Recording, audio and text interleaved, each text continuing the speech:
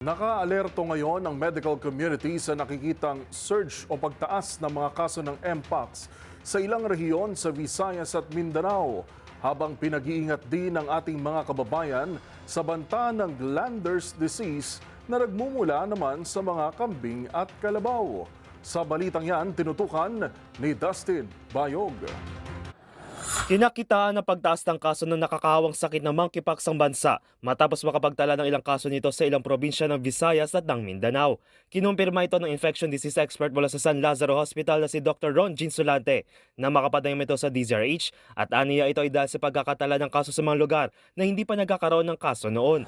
Sabihin natin pagtaas dahil wala naman sila mga reported cases before. So, or dalawang kaso ka, so that's already a significant number of cases. Kasi yung mga kaso natin kadalasan so far for the past 3 years, usually dito yun sa National Capital Region. Ilan sa mga lugar na nagkumpirma ng kaso ang 3 rehiyon sa Mindanao tulad ng Soc-Sargent, Bangsamoro Autonomous Region in Muslim Mindanao o BARM at Zamboanga Peninsula. Habang sa Visayas ay meron din kaso na itala sa Iloilo Province at Iloilo City. Paliwanag ni Dr. Solante sa transmission ng virus sa mga probinsya ay maaaring dahil sa mga taong infected na may karelasyon na umuuwi ng kanilang mga probinsya. Yung nature kasi ng transmission is mostly among males who have sexual close contact sa mga kagaya ng mga babae or lalaki.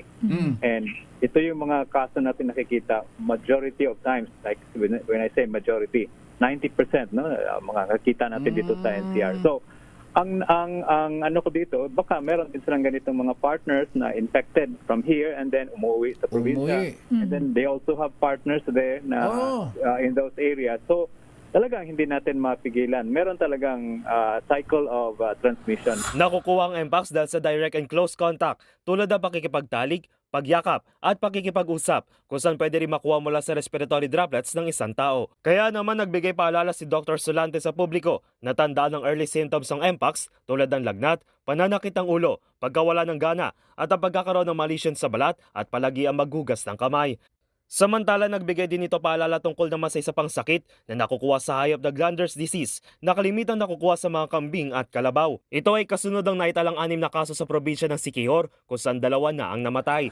Ang glanders kasi mataas ang fatality rate nito. Kumbaga mataas ang mortality kung hindi ito maagapan. Kasi ang ano nito, pwedeng ma-involve ang brain, pwedeng ma-involve ang lungs. Bagaman isang rare na sakit, ay pinag-iwas din ni Dr. Solante ang publiko na kumatay pa ng namatay na hayop at saka kakainin dahil dito maaring makuha ang sakit. Samantala, labis na rin ang sinasagawang monitoring at information campaign ng mga opisina ng Department of Health laban sa dalawang sakit at upang maiwasan ang outbreak nito sa mga probinsya. Para sa MBC TV Network News, ito si Dustin Bayog ng DZRH TV.